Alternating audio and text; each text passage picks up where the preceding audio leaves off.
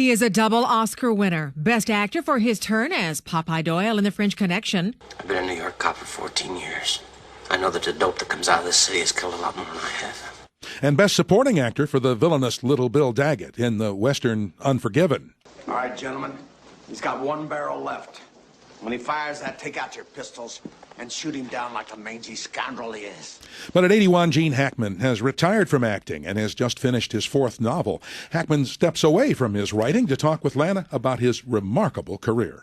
I think I speak for just about everyone, Gene, when I say we miss you on the big screen. Do you miss it as much as we do? I miss part of it. Yeah, I miss the actual acting part of it when I'm trying to make something work. I really miss that. The problem with the business, though, is it's pretty tough on you.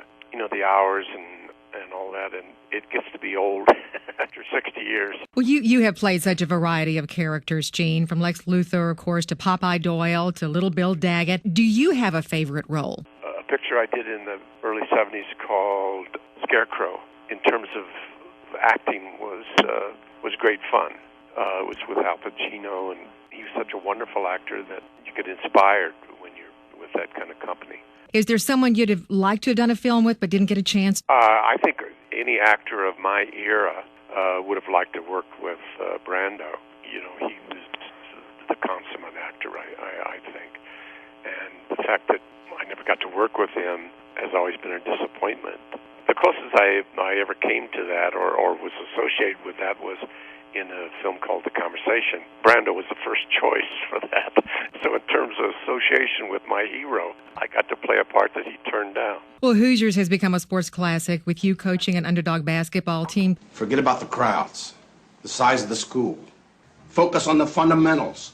And most important, don't get caught up thinking about winning or losing this game. If you put your effort and concentration into playing to your potential, I don't care what the scoreboard says at the end of the game, in my book, we're going to be winners. Okay?